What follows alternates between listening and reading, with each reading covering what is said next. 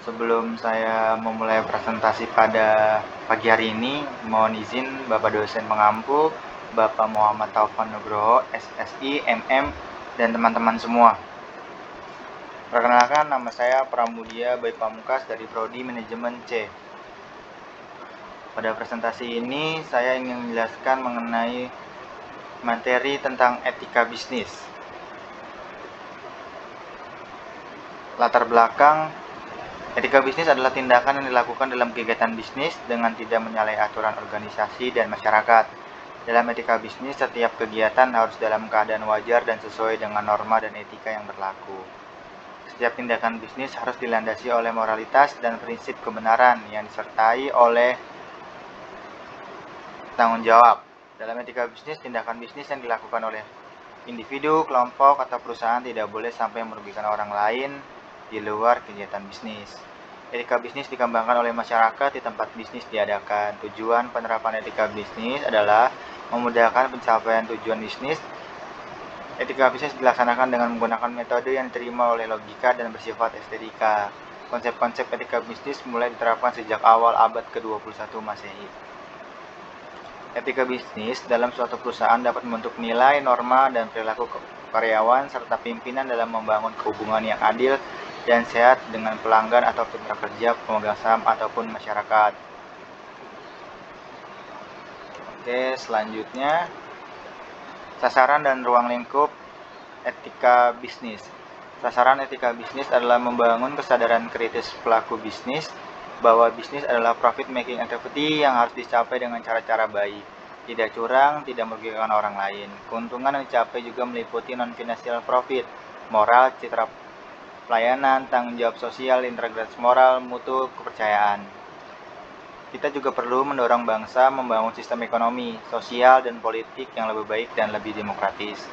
Menjadikan hukum yang supremasi di atas kekuasaan. Pelaku yang ingin maju ikuti aturan main yang jelas, adil, rasional, dan objektif, tanpa mengandalkan KKN. Bila ada kecurangan, masyarakat harus berani dan bisa melakukan langkah-langkah koreksi dengan mengungkapkan pada yang berwenang. Upaya penyebarluasan pemahaman, pelaksanaan, penghayatan terhadap pemasyarakatan etika bisnis ini perlu dilakukan dengan luas di seluruh tanah air. Dengan demikian, bisnis sebagai suatu usaha yang ada di masyarakat memerlukan pemuasan kepada semua pihak, baik eksternal maupun internal.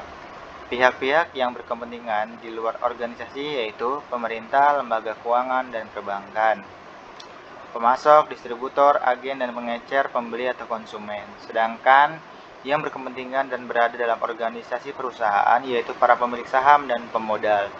Berbagai kelompok manajemen yang tak tergolong manajemen puncak, para karyawan. Etika bisnis yang sehat dibangun untuk memuaskan kepentingan semua pihak dengan cara-cara yang baik dan santun. Tentunya akan menjalin hubungan yang baik kepada semuanya. Oke, selanjutnya landasan teori. Pengertian etika. Etika berasal dari kata Yunani kuno, yaitu etikos, yang berarti timbul dari kebiasaan. Etika adalah cabang utama filsafat yang mempelajari nilai atau kualitas yang menjadi studi mengenai standar dan penilaian moral. Etika mencakup analisis dan penerapan konsep seperti benar, salah, baik, buruk, dan tanggung jawab. B. Pengertian bisnis. Dalam ilmu ekonomi, bisnis adalah suatu organisasi yang menjual barang atau jasa kepada konsumen atau bisnis lainnya. Untuk mendapatkan laba secara historis, kata bisnis dari bahasa Inggris bisnis dari kata dasar busi yang berarti sibuk dalam konteks individu, komunitas, ataupun masyarakat, dalam artian sibuk mengerjakan aktivitas dan pekerjaan yang mendatangkan keuntungan. C. Pengertian etika bisnis. Etika bisnis merupakan cara untuk melakukan kegiatan bisnis yang mencakup seluruh aspek yang berkaitan dengan individu, perusahaan, dan juga masyarakat. Etika bisnis dalam suatu perusahaan dapat membentuk nilai, norma, dan perilaku karyawan serta pimpinan dalam membangun hubungan yang adil dan sehat dengan pelanggan atau mitra kerja, pemegang saham, ataupun masyarakat.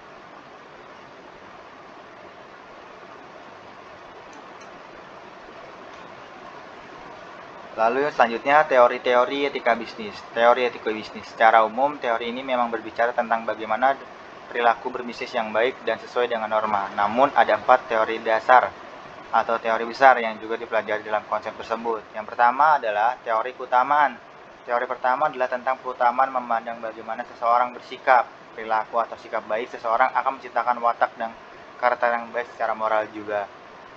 Dua, teori hak. Seperti pembahasan etika pada umumnya, teori hak berbicara mengenai sesuatu yang pantas dan harus didapatkan oleh seseorang individu. Sehingga jika dilihat dari segi bisnis, segala keputusan yang diambil perusahaan tidak boleh melanggar hak seseorang. Tiga, teori deontologi. Teori deontologi dalam etika bisnis menekankan tentang kewajiban seseorang untuk berperilaku sesuai dengan tanggung jawab yang diberikan. Misalkan Anda bekerja dalam sebuah perusahaan dan bertugas untuk menangani pemasaran produk, maka sesuai teori deontologi dalam etika bisnis, Anda harus melakukan tugas tersebut dengan baik. Teori teologi. Kata teologi berasal dari bahasa Yunani yaitu telos, yang berarti tujuan atau akhir.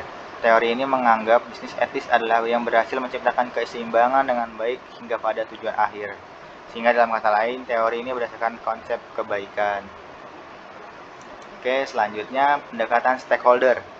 Pendekatan stakeholder merupakan sebuah pendekatan baru yang banyak digunakan khususnya dalam etika bisnis. Belakangan ini dengan mencoba mengintegrasikan kepentingan bisnis di satu pihak dan tuntutan etika di pihak lainnya. Dalam hal ini pendekatan stakeholder adalah cara mengamati dan menjelaskan secara analitis bagaimana unsur-unsur dipengaruhi dan mempengaruhi keputusan dan tindakan bisnis. Pendekatan ini memetakan hubungan-hubungan yang terjalin dalam kegiatan bisnis pada umumnya untuk memperlihatkan siapa saja yang mempunyai kepentingan terkait dan terlibat dalam kegiatan bisnis pada umumnya.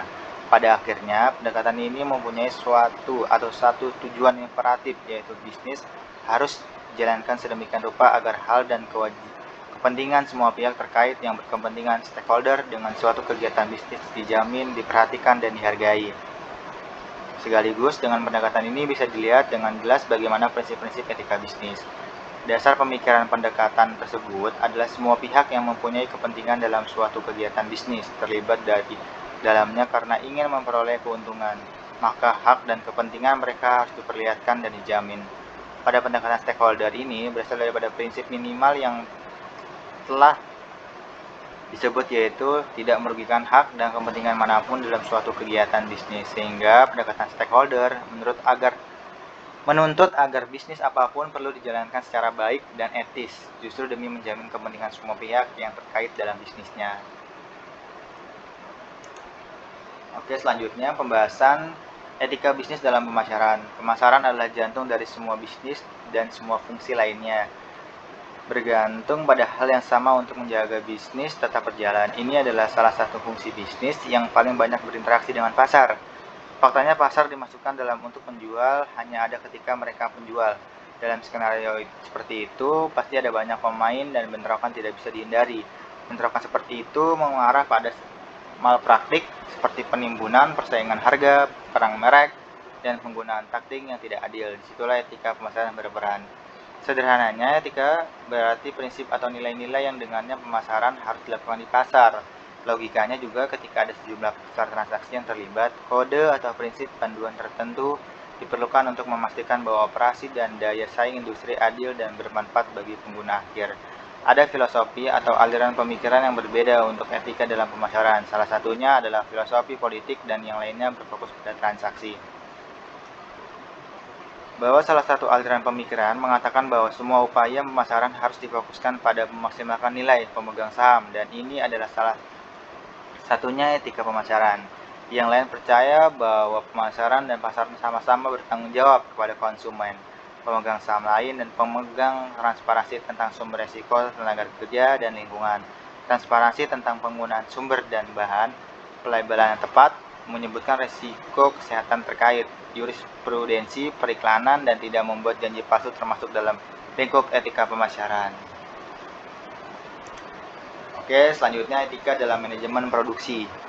Produksi adalah penciptaan barang dan jasa. Manajemen produksi adalah kegiatan yang bertalian dengan penciptaan barang dan jasa melalui proses perencanaan, perorganisasian, pengarahan, dan pengawasan agar tujuan dapat dicapai secara efektif dan efisien. Pelaksanaan manajemen produksi memiliki fungsi berorientasi produk dan jasa. Dalam pengelolaannya terkait dengan fungsi keuangan, di mana ada pengalokasian anggaran, analisis investasi, penyediaan dana, dan pengolahan produk. atau kinerja pelayanan jasa. Fungsi produksi dilakukan oleh perusahaan untuk menciptakan atau pengadaan atas barang atau jasa. Transformasi yang dilakukan dalam kegiatan produksi adalah untuk membentuk nilai tambah terhadap barang atau jasa. Aktivitas produksi meliputi produk apa yang dibuat, berapa kuantitas produk yang dibuat, mengapa produk tersebut dibuat, di mana produk tersebut dibuat, kapan produk dibuat, siapa yang membuat, dan bagaimana memproduksinya. Oke, selanjutnya, etika bisnis dalam manajemen sumber daya manusia. Peranan etika bisnis dalam manajemen SDM yaitu untuk menjalankan fungsi-fungsi yang terkandung di dalam manajemen SDM melalui pengelolaan SDM yang baik sehingga karyawan dan perusahaan memperoleh keuntungan yang sama dan terpenuhi haknya, seperti hak untuk perlindungan keamanan dan keselamatan, hak atas pekerjaan. Manfaat etika bisnis dalam manajemen SDM dapat mensejahterakan karyawan, melindungi hak-hak para karyawan, dapat memberikan keuntungan bagi perusahaan dalam mencapai suatu tujuan. Tidak adanya penyalahgunaan di dalam pengelolaan SDM, tidak adanya KKN dalam perusahaan, mendapatkan tenaga kerja yang berkualitas dengan memperhatikan etika bisnis. Selanjutnya, etika utilitarianisme. Utilitarianisme adalah teori etika normatif yang menentukan bahwa kebaikan adalah tindakan yang memaksimalkan kebahagiaan dan kesejahteraan bagi semua individu terdampak. Meskipun terdapat bentuk-bentuk utilitarianisme dengan karakterisasi yang berbeda, ide dasar dari etika utilitarianisme adalah untuk memaksimalkan utilitas atau yang sering didefinisikan dengan istilah kesejahteraan. Jeremy Bentham, pendiri utilitarianisme, mendefinisikan utilitas sebagai karakter dalam objek apapun yang menghasilkan manfaat, keuntungan, kesenangan, kebaikan, ataupun kebahagiaan untuk mencegah terjadinya kerusakan, rasa sakit, kejahatan, atau ketidakbahagiaan kepada pihak yang dipertimbangkan kepentingannya. Utilitarianisme adalah sebuah versi dari konsekuensialisme, sebuah teori etika yang menyatakan bahwa konsekuensi dari suatu tindakan adalah satu-satunya standar untuk menilai benar ataupun salah. Tidak seperti bentuk konsekuensialisme lainnya seperti egoisme atau altruisme. Utilitarianisme menganggap kepentingan semua manusia adalah setara. Para pendukung utilitarianisme berbeda pendapat pada beberapa isu seperti apakah suatu tindakan harus dipilih berdasarkan kemungkinan akibat yang dihasilkan utilitarianisme tindakan, atau apakah seseorang agen harus bertindak sesuai dengan aturan yang memaksimalkan utilitas, atau utilitarianisme aturan. Ada juga perbedaan pendapat mengenai apakah utilitarianisme total, utilitas rata-rata, atau utilitarianisme rata-rata, atau utilitas orang-orang yang paling miskin yang harus dimaksimalkan. Oke, penutup kesimpulan, etika bisnis berlaku sebagai benteng bagi pemangku kepentingan. Etika bisnis juga memiliki fungsi yang mampu mengenergikan antara pemangku kepentingan dalam bisnis. Bisnis yang beretika akan membawa dampak baik pada perusahaan. Penerapan etika dalam kegiatan bisnis akan membawa dampak yang positif bagi kelangsungan suatu bisnis. Dalam dunia bisnis, etika memiliki peran penting bagi perjalanan organisasi bisnis. Bisnis merupakan aktivitas yang memerlukan tanggung jawab moral dalam pelaksanaannya, sehingga etika dalam praktik bisnis memiliki hubungan yang erat. Bisnis tanpa etika akan membuat praktik bisnis menjadi tidak terkendali dan justru merugikan tujuan utama dari bisnis itu sendiri.